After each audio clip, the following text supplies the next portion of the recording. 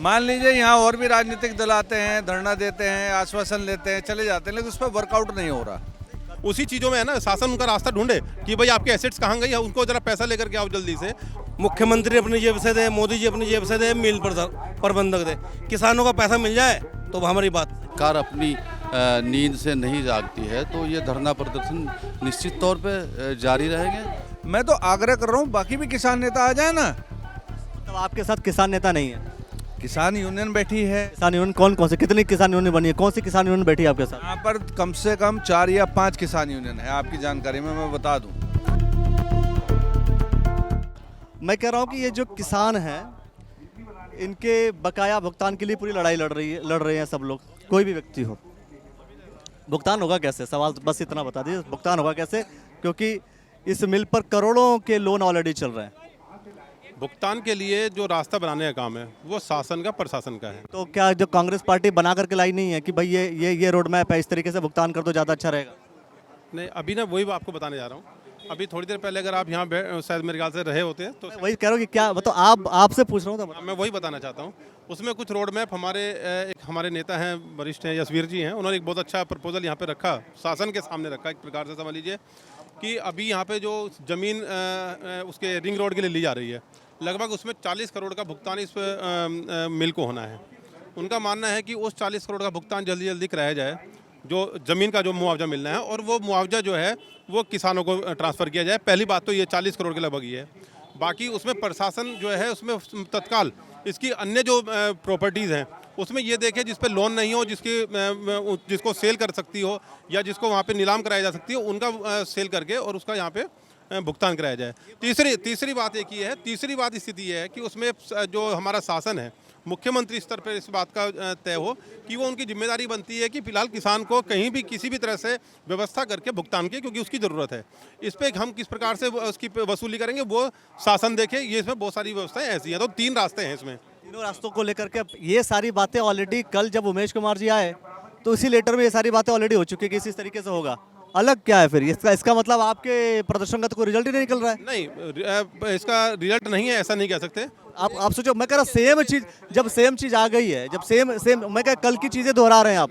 रास्ते बिल्कुल वही होंगे जो निकल सकते हैं, जो लीगल रास्ते हैं। अब अगर यदि आप कहें कि आज यहाँ पर धरना देके हम उसको AK-47 लेके खड़े हो जाए तो वो रास्ता नहीं निकल सकता। मैं ये सवाल कर रहा हूँ कि सभी के सभी लोग इसी बात की बात कर रहे हैं कि भाई तुम्हारी जमीन गई है, वो बेच के दे दो, जमीन बेच के दे दो, जमीन बेच के दे दो। मैं कह रहा हूँ कि भाई वो गन्ना जो किसानों ने दिया था वो चीनी बेच करके पैसा कहाँ गया?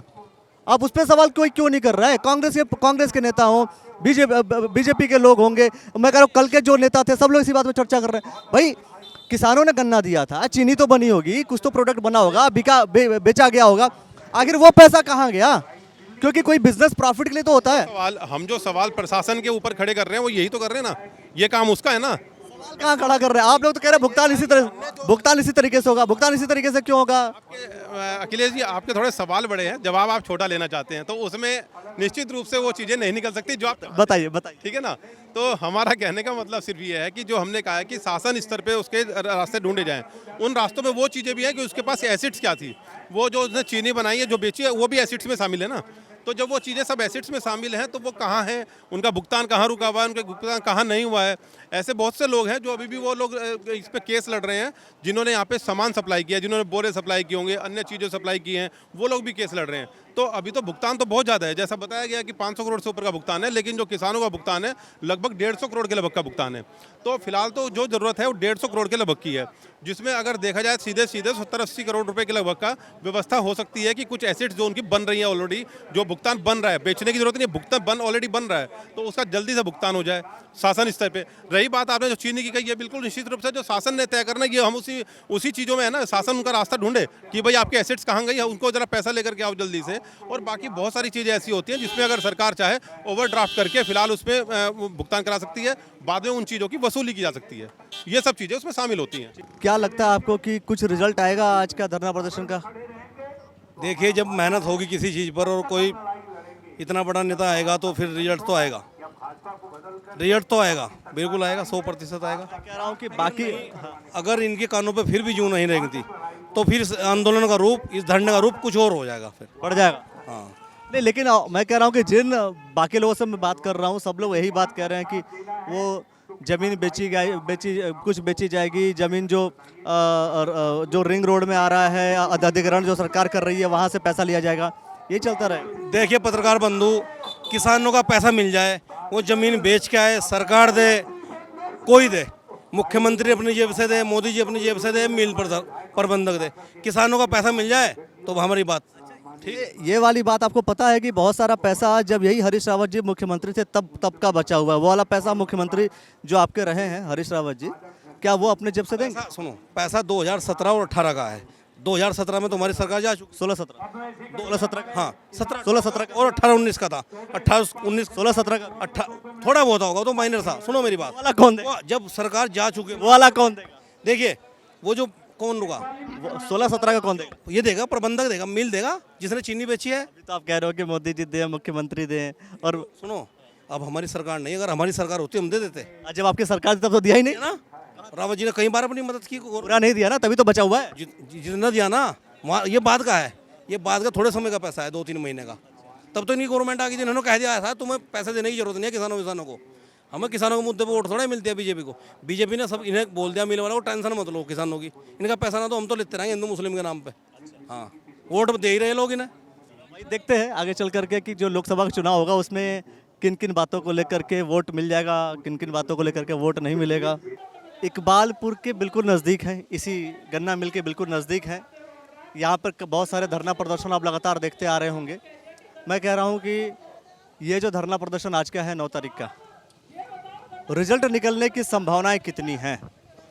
देखिए, अगर आप बात रिजल्ट की करें तो अभी डीएम साहब की चिट्ठी जो माननीय हरीश रावत जी ने पढ़ के सुनाई है, तो उसमें उन्होंने कहा है कि तकरीबन जो 2 से 2.5 करोड़ रुपए 17-18 का है, वो अभी 1 या 2 दिन में वो भुगतान करने का काम करेंगे। और दूसरा जो है एनएच से जो पैसा आएगा, एनएच से जो इनकी लैंड जो है एक्वायर हुई है, जो वो पैसा होगा वो किसानों के खाते में जाएगा।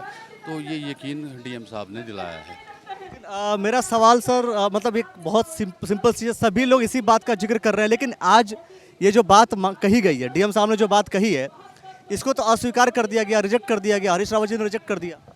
देखिए, हाँ रिजेक्ट कर दिया गया, वो अलग बात है। और रही बात इसके इम्पैक्ट की, तो आने वाले समय में अगर सरकार अपनी नींद से नहीं जागती है तो ये धरना प्रदर्शन निश्चित तौर पे जारी रहेंगे। हम अगले 2 महीने बाद भी फिर धरना करने जा रहे हैं। ठीक है, मैं आपसे कह रहा हूँ कि ये सभी लोगों का जो जिक्र है वो यही होता जा रहा है लगातार कि भाई ज़मीन बेची जाएगी, पैसा आएगा, मुआवजा आएगा, तब आपको दिया जाएगा। लोन ऑलरेडी इस मिल पर बहुत ज़्यादा है, तो ऐसी कंडीशन में आपको लगता है कि जो किसान हैं, किसानों का भुगतान हो पाएगा? देखिए, जो मिल है वो इस स्थिति में नहीं है कि किसान का भुगतान दे दे, ये भी सत्यता है।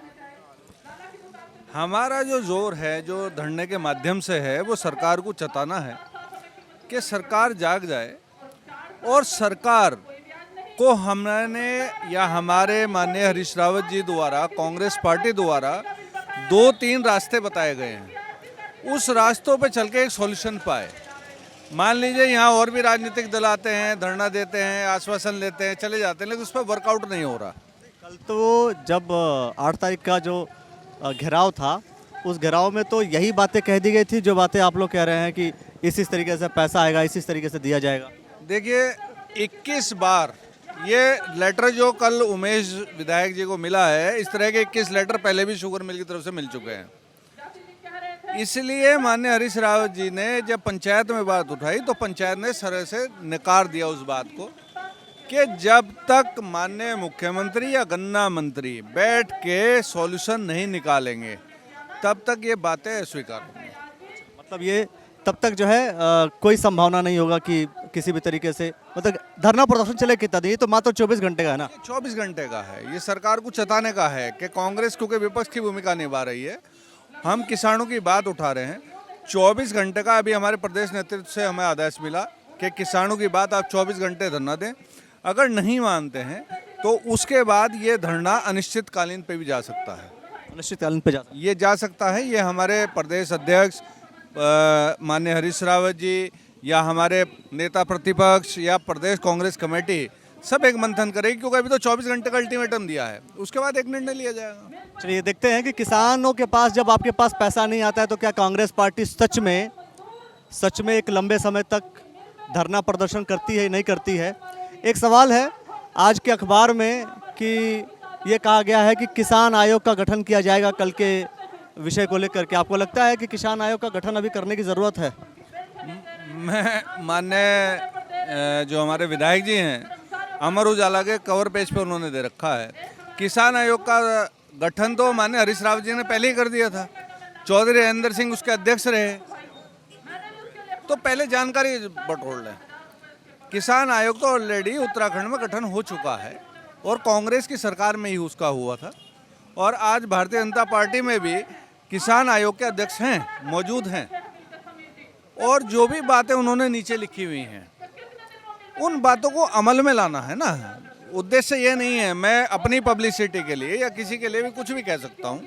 हमारा उद्देश्य पब्लिसिटी नहीं है, हमारा उद्देश्य है कि उन बातों को फॉलो कराया जाए, उस पर वर्क करा जाए पॉजिटिव सोच के साथ। मैं तो कहीं अभी जो आपके भाई हैं मीडिया के हमारे स्तंभ हैं, वो मुझसे मैं पूछ रहे थे कि जी कांग्रेस का है, मैंने कहा भाई कांग्रेस का है बिल्कुल धरना, मैं तो आग्रह कर रहा हूँ बाकी भी किसान नेता आ जाए ना।